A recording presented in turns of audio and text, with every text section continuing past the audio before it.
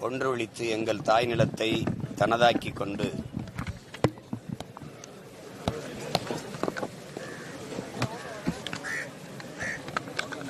அதிகார ஆதிக்கத்தை செலுத்துகிற சிங்கள அரசு அங்கே நடந்தது இனப்படுகொலை என்பது தமிழ் பெருங்குடி மக்களினுடைய வலிதோய்ந்த கருத்து. ஆனால் இலங்கை அரசு, குறிப்பாக இந்திய பெருநாடு, உலக நாடுகள் எல்லாம் அதை போர்க்குற்ற அளவிலேயே நிறுத்துகிறார். நாங்கள் அந்த போரே குற்றம் என்பது நாங்கள் எடுத்து வைக்கிற கருத்தும் நிலைப்பாடு. இன்னைக்கு எங்கள் நிலமெங்கும் தோண்ட தோண்ட வெறும் புதைகுழிகளாக வந்து கொண்டிருப்பதை மானுடம் பேசுகிற மக்கள் நிறைந்து வாழுகிற இந்த உலகம் பார்த்து கொண்டிருக்கிறது. குறிப்பாக இப்ப செம்மணி படுகொலையை பற்றி பேச வேண்டிய தேவை ஏன் வருகிறது என்றால், அங்கே தங்கை கிருசாந்தி அவர்கள், அவருடைய குடும்பத்தினர், அவர்கள் காணாமாக்கப்பட்டு அதை தேடி போகும்போது அவர்கள் கொன்று புதைக்கப்பட்டது தெரிந்த அந்த இடத்தை தோண்டும் போது பல எலும்பு கூடுகள் கிடைக்கிறது. இங்கே தமிழகத்தில் தோண்டினால் எங்களுடைய தொன்ம அடையாளங்கள், எங்களுடைய பண்பாடு தெரிய வருகிறது. குறிப்பாக கீழடியிலே, ஆதிச்சநல்லூரிலே தோன்றினால் எங்களுடைய பண்பாடு தெரிய வருகிறது. அங்கே தோன்றினால் ஈழத்தாயகத்தில் எங்களுடைய படுகொலை தெரிய வருகிறது. சாட்சி எங்கே, சாட்சி எங்கே என்று கேட்கிற சர்வதேச சமூகத்திற்கு எம் இன சொந்தங்களின் எலும்பு கூடுகள் சாட்சியாக நின்று இன்றைக்கு சாட்சி அளித்துக் கொண்டிருக்கிறது. 16 இடங்களுக்கு மேலே இந்த புதகுழி. உங்களுக்கே தெரியும், இறுதி போர் சூழலில் விடுதலை புலிகளின் கட்டுப்பாட்டிலிருந்து எல்லோரும் வெளியே வந்து சரணடைங்கள் என்று சொன்னது இலங்கை அரசும், நீங்க அங்கள் போங்க என்று சொன்னதும் இந்திய அரசும். குறிப்பாக எங்க அண்ணன் நடேசன், பூலித்தேவன் இவர்களெல்லாம் வெள்ளை கொடி ஏந்தி போய் சரணடைங்கள் சொன்னதெல்லாம் இவர்கள் தான். தங்களுடைய பாதுகாப்பில் மக்கள் இருந்தால் இறுதி போர் சூழலில் சர்வதேச சமூகம் தலையிட்டு ஒரு தீர்வுக்கு வரும் என்பதுதான் அங்கே மக்கள் இராணுவமான விடுதலை புலிகளின் எதிர்பார்ப்பாக இருந்தது. கடைசி வரை பன்னாட்டு சமூகம் தலையிடாதாலே சரி, மக்களை பாதுகாக்க வழி இல்லாது அரசின் அழைப்பை ஏற்று போங்கள், ராணுவ அழைப்பை ஏற்று போங்கள் என்று அனுப்பி வைக்கும் போது 10,000த்திற்கும் மேற்பட்ட மக்கள், 10,000 மக்கள், குறைப்பாக 59க்கும் மேற்பட்ட குழந்தைகள், அவர்கள் எல்லாம் சரணடைந்தார்கள். ஒருத்தர் கூட கேட்கல இன்னைக்கு அந்த 10,000 பேர் எங்க, அந்த குழந்தைகள்லாம் எங்க என்று. ராஜபக்சே பதவியாளம் முடிஞ்சு சிறிசேனா அவர்கள் வரும்போது இந்த கேள்வியை எழுப்பியதற்கு எல்லோரும் இறந்து விட்டார்கள் என்று ஒரே வார்த்தையில் பதிலை சொல்லி முடித்து. இறந்து விட்டார்கள்னா எப்படி? பசி பட்டினி இல்லையா, இல்ல நோய் வாய்ப்பட்டா, இல்ல கொன்னு பதிச்சுட்டீங்களா? ஒருத்தர் கூட மானுடம் பேசுகிறவர்கள், ஜனநாயகம் இதெல்லாம் சொல்றவங்களே ஒருத்தர் கூட பேசல. தமிழ்நாட்டை ஆண்டு கொண்டிருந்த ஆட்சியாளர்களும் கேள்வி எழுப்பல, இந்திய பெருநாட்டின் அதிபர்களும் தலைவர்களும் ஒருத்தர் கூட பேசல. என்னடா 10,000 பேரும் எங்கடா காணாமங்கிற, பச்சிலம் குழந்தைகளோடு வந்து சரணடைஞ்சாங்களா, அவங்கள எங்கன்னு கேட்கல. இதுக்கு முன்னாடி ஒரு தோண்டும் போது இதே மாதிரி நூற்றுக்கணக்கான எலும்பு கூடுகள் வந்தது. அப்ப இலங்கை அரசு என்ன சொல்லுச்சுன்னா, அது 600 ஆண்டுகளுக்கு முந்தையதுன்னு. ஆனா ஒரு குழந்தை சாப்பிட்ட பிஸ்கட் பாக்கெட் கவர் அங்க கிடந்துச்சு. இந்த 600 ஆண்டுக்கு முன்னாடி இந்த மில்க் பிக்கிஸ் இதெல்லாம் இந்த கவர்லாம் இருக்குதான்னா பதில் இல்லை. இப்பவுமே இந்த செம்மணியில நம்ம தோண்டும் போது 90க்கும் மேற்பட்ட எலும்பு கூடுகள் கிடைக்க வரும்போது அவங்க என்ன சொல்றாங்கன்னா, ஏன் அது ராணுவ வீரர்களின் எலும்பு கூட இருக்கக்கூடாதுன்னு அந்த சிங்கள தலைவர்கள் சொல்லி அதை திசை திருப்புறாங்க. பன்னாட்டு சமூகத்தின் பார்வைப்படக்கூடாது, சர்வதேச நீதி விசாரணைக்கு வந்துடக்கூடாது, அதனால அது ராணுவ வீரர்களா இருக்கக்கூடாது, அவர்கள் உடலாக இருக்கக்கூடாது, அவர்களுடைய எலும்பு கூட இருக்கக்கூடாதுன்னு பேசுறேன். எந்த ராணுவ வீரன் பைக்கூடோட போய் படுக்கிறான்? எந்த ராணுவ வீரன் பொம்மையை தண்ணி பொத்தலை வச்சுட்டு புதைக்கிறான்? எந்த ராணுவ வீரனை புதைக்கிறாங்க? நீங்களே பாக்குறீங்க, பைக்கூடோட நிக்கிற தம்பி அப்படியே எலும்பு கூட அதே பைக்கூட இருக்கு பாருங்க. இதெல்லாம் எப்படி வந்தது? இதையெல்லாம் ராணுவம் சொல்லுது, அந்த நாட்டு தலைவர்கள் சொல்றாங்க. ஆனா ஒரு பன்னாட்டு சமூகம், இவ்வளவு பெரிய நாடு, இவ்வளவு மானுடம் பேசுகிற இவ்வளவு தலைவர்கள் இருக்கிறாங்க, ஒருத்தர் கூட இந்த கேள்வி எழுப்பணும்னு தோணலையா? எந்த ராணுவ வீரன் தாயின் கையில் இருக்கும்போது அப்படி செத்து போறான்? அந்த பள்ளிக்கூடத்துக்கு போற பையன் எந்த ராணுவத்தில் பணியாற்றிங்க? உயிரோடவே இந்த மக்களை புதைச்சிருக்க கொடுமையை பாருங்க எப்படி நடந்திருக்கு. இது ஒரு கொடும் செயலை இந்த நூற்றாண்டில் எங்கேயுமே எந்த இனத்திற்கும் நடந்துராத ஒரு கொடும் படுகொலையை இலங்கை அரசு செஞ்சிருச்சு, சிங்கள அரசு செஞ்சிருச்சு. எங்களுக்குன்னு கேட்க நாதி இல்ல, எங்களுக்குன்னு அரசியல் அதிகாரம் இருக்கிற ஒரே நிலம் தமிழ்நாடு தான். இந்த ஆட்சி அதிகாரம் எங்களுக்கானது அல்ல, எங்களுக்கு எதிராக எங்களுக்கு துரோகமா சிந்திக்கக்கூடிய செயல்படக்கூடிய அரசுகளா இருக்கு. ஒரு வார்த்தை இதை பற்றி பேசுறது இல்லை, ஒரு அறிக்கை இல்லை, ஒன்றும் இல்லை. இந்த அனுரா வந்துட்டா பெரிய தீர்வு வந்துருச்சுன்னா, எல்லா புரட்சி வந்துருச்சுன்னாங்க. ஜனதா விக்தி புரமுனாவால தான் அந்த மண்ணில கலவரமே வந்துச்சு. இப்ப ஒரு அதிபரான பிறகு 74 இடத்துல துப்பாக்கி சூடு, 40க்கும் மேற்பட்ட படுகொலைகள் வந்த நாள்ல இந்த ஓராண்டுக்குள்ளே. இதை யாரு போய் கேட்கறது? யாரு கேட்கறது?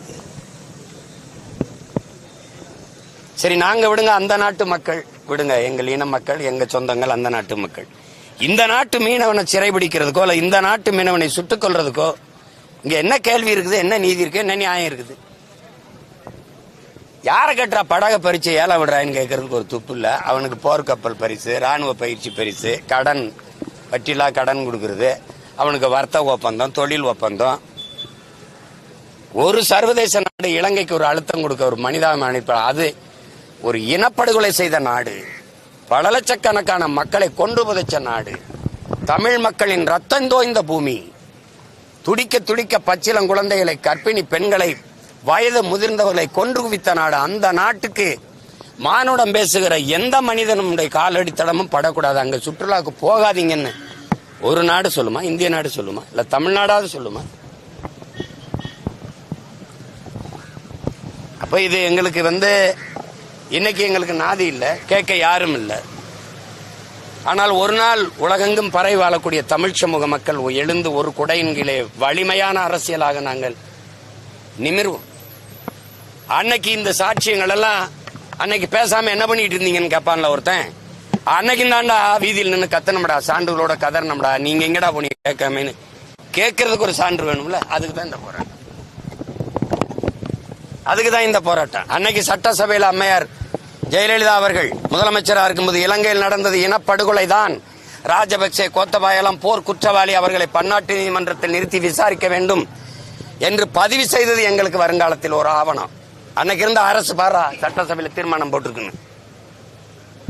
அதுக்கு தான் இதெல்லாம். அன்னைக்கு என்ன பண்ணிக்கிட்டு இருந்தேன்னு எவனாவது ஒருத்தன் கேட்பான்ல, பெரிய அறிவா இருந்த ஒருத்தன் கேட்பான். இன்னைக்கு வரைக்கும் அது ஒரு இனம் தம் முழு ராணுவ வலிமையை வைத்து ஒரு இன மக்களை அழித்து ஒழித்திருக்குது, கொன்று குவித்திருக்கிறது. இதுக்கு என்ன சான்று வேண்டி கிடக்குது? அது இனப்படுகொலை. சிங்களர்கள் கொண்டிருக்கிறது தமிழர்களை, செத்தவன் முழுக்க தமிழன், கொன்றவன் முழுக்க சிங்களன். அதனால இனப்படுகொலை. இதுக்கு என்ன சான்று வேண்டி கிடக்குது? என்ன சான்று வேண்டி கிடக்குது? உலகெங்கும் அடித்து விரட்டப்பட்டு, தாய் நிலத்தில் ஆக்கிரமிக்கப்பட்டு, கொன்றொழிக்கப்பட்டு, குற்றுயிரும் குறையுமா ஓடி பல்வேறு நாடுகளை நாடற்ற ஏதிலிகளாக போய் அண்டி ஒண்டி அகதிகளாக வாழ்வது தமிழர்களா சிங்களர்களா? ஜனநாயகம் பேசுகிற இந்த நாடுகள், குறிப்பாக இந்திய பெருநாடு, இந்திய ராணுவத்தில் தமிழர்கள் நாங்கள் இடம்பெற முடியும், சீக்கியர்கள் இடம்பெற முடியும், பஞ்சாபி எல்லாரும் இடம்பெற முடியும், குஜராத்தி, மராட்டி, மலையாளி, கன்னடர், தெலுங்கர் எல்லாரும் இடம்பெற முடியும். அது ஒரு நாட்டு ராணுவம் என்று சொல்வதை ஏற்கலாம். ஆனால் இலங்கையில் தமிழர்கள் அந்த நாட்டு ராணுவத்தில் நாங்கள் இடம்பெற முடியுமா, இடம் பெற்றிருக்கிறோமா? இந்த கேள்விக்கு ஆற்ற பதில் இருக்கு. ஒரு நாட்டு ராணுவத்தில் ஒரு இன மக்கள் இடமே பெற முடியாது என்ற நிலை இருக்குமானால் அந்த நாட்டு ராணுவம் இந்த இன மக்களை எப்படி பாதுகாக்கும்? அதே ராணுவ வலிமை ஆயுத பலத்தை கொண்டுதான் என் அக்கா தங்கைகளை ஆயுதத்தை காட்டி உயிரை காட்டி அச்சுறுத்தி வன்புணர்வு செய்து கொண்டு குவித்தது.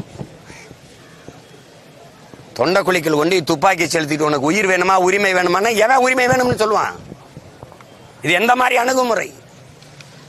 விழுக்காட்டு அடிப்படையில் 60 விழுக்காடு சிங்களர்கள், 40 விழுக்காடு அந்த ராணுவத்தில் தமிழர்கள் இடம்பெற முடியும் என்கிற நிலை இருந்தால் விடுதலை புலிகள் என்கிற ஒரு ராணுவ கட்டமைப்பு உருவாகி இருக்க வேண்டிய அவசியம் ஏன் வருது? எந்த ராணுவத்தை வைத்து அழித்து ஒழிக்கிறான என் இன மக்களை, அதே ஆயுதத்தை எடுத்து என் இன மக்களை பாதுகாப்பதை தவிர வழி இல்லை என்ற நிலைக்கு தள்ளப்பட்ட பிறகுதான் எங்கள் தலைவன் ஆயுதம் எடுத்தான். எங்கள் தலைவன் ஆயுதம் எடுத்தது பயங்கரவாதம் என்றால் அந்த ஆயுதத்தை பிரசவித்தது சிங்கள அரச பயங்கரவாத தாய் என்பதை அறிவார்ந்த மக்கள் ஏன் அறியல? ஏன் அதை பேச தயங்குறீங்க?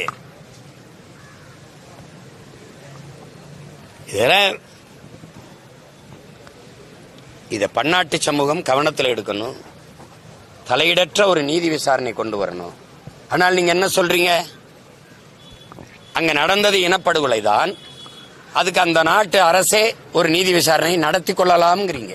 இதை எல்லா சமூகமும் எல்லா நாடும் பார்த்து கொண்டுதான் இருக்கு. இந்த தீர்ப்பை கொலை பண்ணிட்டேன் நானு, அதை நானே விசாரிச்சு அதுக்கான தண்டனையை கொடுத்துக் கொள்ளலாம்ங்கிறது ஒரு தீர்ப்பு, பன்னாட்டு தீர்ப்பு.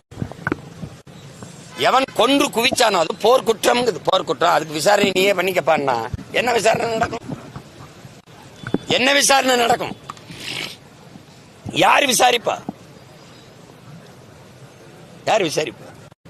இப்படியே ஓடிருமா? தமிழ்நாட்டு அதிகாரம் ஒரு நாள் வீதியில் நின்று கத்திக்கிட்டு இருக்க பிரபாகரம் பிள்ளைகள்கிட்ட சிக்கிச்சுன்னா சிங்களம் எப்படி தப்பிச்சு போயிருமா? பன்னாட்டு சமூகம் எனக்காக பேசாம போயிருமா? இல்ல இந்திய நாடு தான் பேசாம போயிருமா? அது எங்களுக்கென்று ஆள் இல்லை, எங்களுக்கென்று குரல் எழுப்பவோ, எங்களுக்கென்று ஆதரவா கை நீட்டவோ யாருமற்ற நிலையில் தனித்து விடப்பட்ட அடிமை தேசியனத்தின் மக்களாக நாங்க நிக்கிறோம். அதனால இருக்கிற அதிகாரம் எனக்கு எதிரான அதிகாரமா, எனக்கு என் இனத்திற்கு துரோகம் செய்கிற அதிகாரமா இருக்கிறதுனால எங்களுக்கு இந்த நிலைமை. போராட ஒரு இடம் இருக்கா? எங்க ஆளே நடமாட்டம் இல்லாத அங்க போய் கத்திக்கிட்டு போடாங்கிறேன். இப்படிதான் RSS பேரணிக்கு அனுமதி கொடுத்தீங்களா? நீங்க கூட்டம் நடத்தினா இந்த சிவானந்த காலனி இந்த இடத்துல போடுவீங்களா? இந்த சாலையில தான் போடுவீங்களா? அப்படிதான் போடுவீங்களா? எல்லாத்தையும் இழந்துட்டோம், கொன்று ஒழிக்கப்பட்டிருக்கோம். அதுக்கான நீதி உரிமையை கேட்டு கத்தி கதற கூட நின்று போராட ஒரு இடமற்ற நிலையில் நிறுத்தி வைக்கப்பட்டிருக்க அடிமை, கேவலமான அடிமை மைன மக்களாக நாங்க இருக்கோம். அதான் கொடுமை. இந்த செத்து எலும்பு கூட பாக்குறத தமிழ்நாட்டில் ஒரு குறிப்பிட்ட சாதிக்கார எலும்பு கூடனா நேரம் அமைதியா இருக்குமா தமிழ்நாடு? இல்ல ஒரு மதத்துக்காரன் எலும்பு கூடனா அமைதியா இருக்குமா தமிழ்நாடு? செத்து கிடக்கிறவன் தமிழனா செத்து கிடக்கிறதுனால தமிழனா யாரோ தமிழனா அப்படின்னு போயிட்டு இருக்கான். இதுதான் இந்த இனத்துக்கு நேர்ந்த பெரும் கொடுமை, வரலாற்று பெரும் துயரம். இதுதான் இது எங்க வழியை கடத்த வழி இல்லை. உலகம் பூரா இருக்கிற என் மக்களுக்கு எங்கள் கத்தலும் கதறலும் எங்கள் மொழியும் சற்று ஆறுதலா இருக்கும். அதுக்காக தான் இந்த ஆர்ப்பாட்டம்.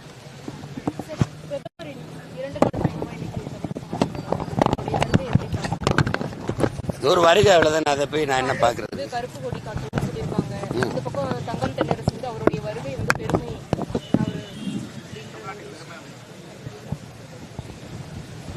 நீங்க தான் சொல்லணும். நீங்க பிஜேபி எதுக்குது திமுகன்னு சொல்லும் போதெல்லாம் நீங்க தான் செய்தியை கொண்டு வரீங்க. பிஜேபி வந்துடும், அதுக்கு திமுக தான் பெரிய எதிரின்ட்டு ஒருத்தர் பெருமைங்கிறாரு. காங்கிரஸ் கருப்பு கொடி காட்டுது, இன்னைக்கு இவங்க காட்டுறாங்க. எதிர்கட்சியா இருக்கும்போது இந்த பெருமைன்னு சொல்ற கட்சி காட்டுச்சுல்ல. அதிகாரத்துக்கு வந்தா வெள்ளை கொடை காட்டும், எதிர்கட்சியா இருந்தா கருப்பு கொடை காட்டும். அதிகாரத்தில் இருந்தா வெல்கம் மோடின்னு சொல்லும், எதிர்கட்சியா இருந்தா கோபேக் மோடின்னு சொல்லும். இது இந்த கருப்பு கொடி காட்டினோன்னா திரும்பி போயிருவார. ஏதோ ஒரு இது நடக்குது. அவங்களுக்கு எதெல்லாம் பிரச்சனையா, இதெல்லாம் பிரச்சனையா, நாட்டில் பிரச்சனை, 13 லட்சம் பேர் டிஎன்பிசி எழுதி வெளியில் நிற்கிறான், 12,000 பேர்ல 2,500 பேருக்கு தான் பணி நியமனம்னு சொல்லியிருக்கிறாங்க, அவன் பசியோடு கதறிக்கிட்டு இருக்கான். நாட்டில் அதெல்லாம் அவங்களுக்கு ஒரு பிரச்சனையும் இல்லை, ஒரு பிரச்சனை இல்லை.